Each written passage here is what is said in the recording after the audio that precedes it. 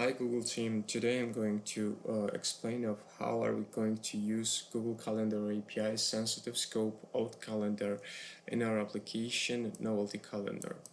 So as you can see, we are in a production mode. This is our a valid domain which is specified in the out consent screen.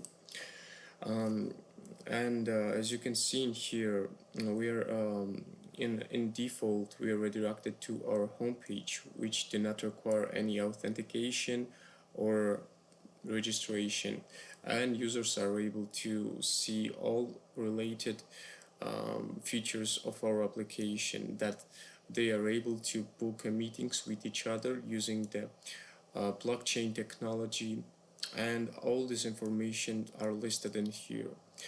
And on below here we have a privacy policy page, which is also hosted on our production mode.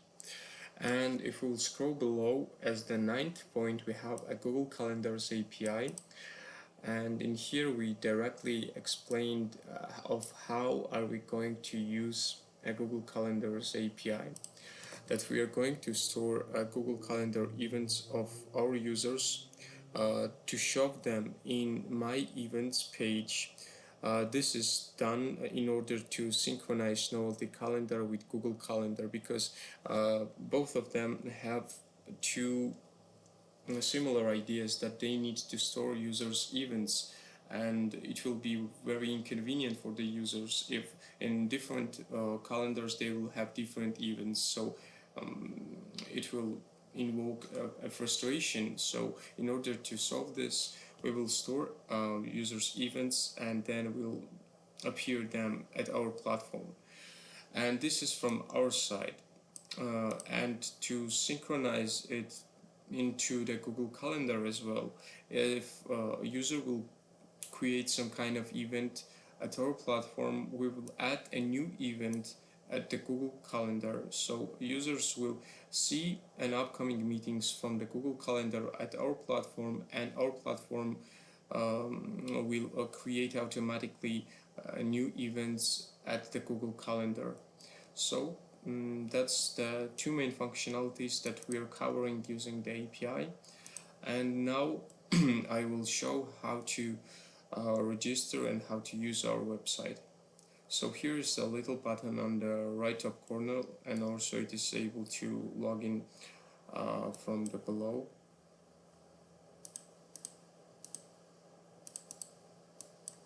Yeah, it was saved last login, so let's do it once again. So at first we have a Google authentication to log in our user, but this is not relevant actually. The API's permission is a bit further, but just in case I will show the client ID and other parameters. So at this moment our user is created with default settings, but in order to provide a valid credentials, I will pass an onboarding process. So let's write here a test1 user. Here we have to specify a valid Ethereum address.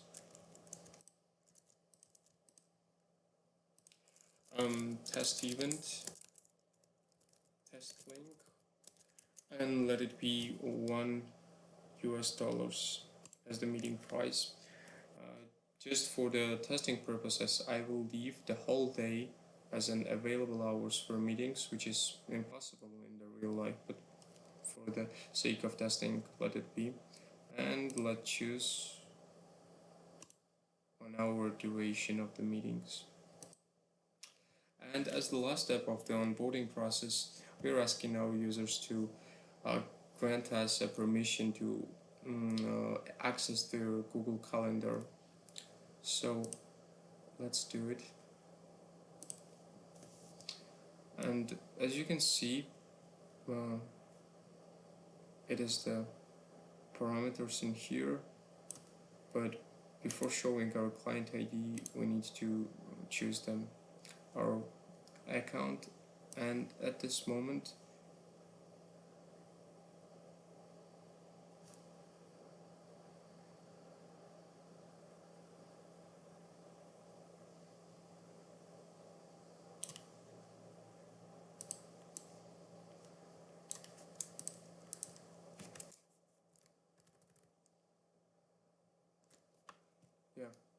So here is our client ID, as you can see,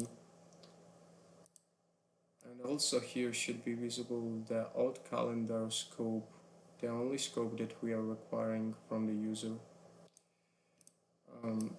We can see also the services that we are requesting from the user. All this includes one sensitive scope called alt calendar. This is a view and edit, also to see and download users upcoming meetings. We have covered this functionality. Also we have this functionality in order to edit and add any events, and all these are granted to us automatically with the authentication.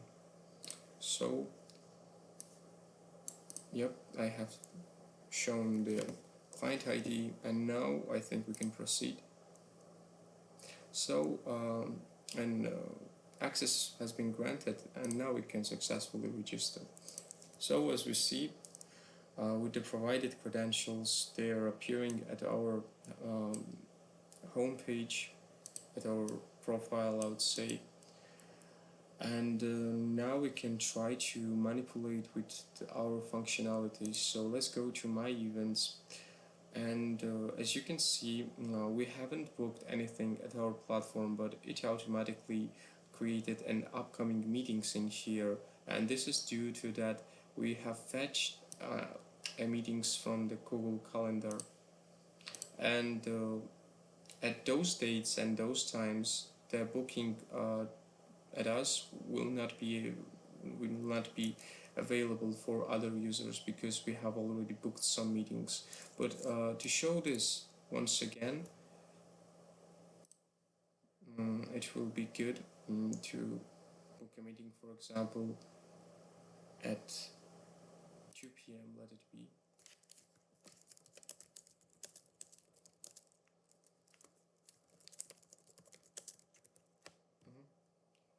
And let it be duration of 1 hour. So test event has been created at Google Calendar. And now I will refresh the page, and as you can see, a meeting on 2 hour has been booked. Now let's try to access our meeting from a guest site in order to make a reservation with us. So let's go to another tab. I'll just paste the link. As you can see, this is the production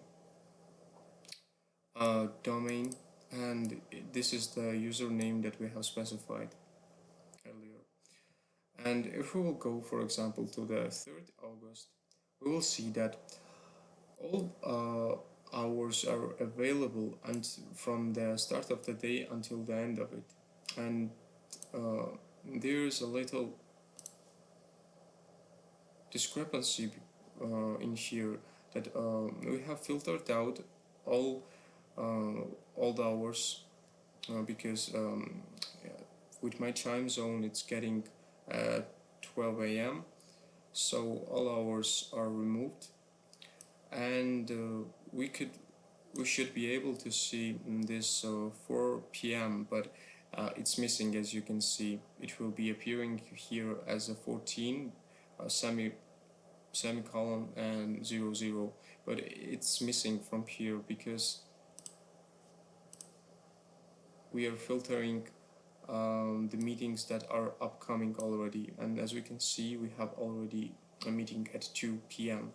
So this is the very first functionality for which we will use a Google Calendars API, and the second one is to create a new event automatically when a user will make an appointment with another user.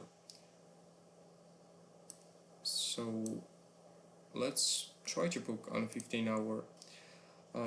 Here we have to specify the guest name, so let's be guest name 1, and some email, let it be this one.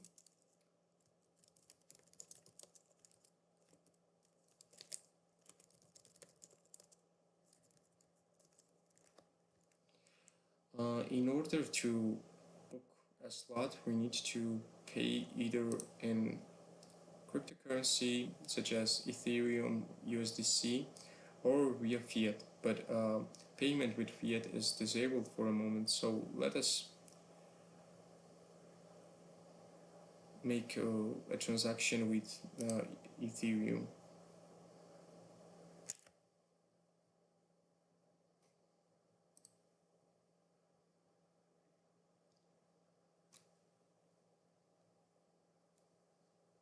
Let's wait until the transaction will be processed.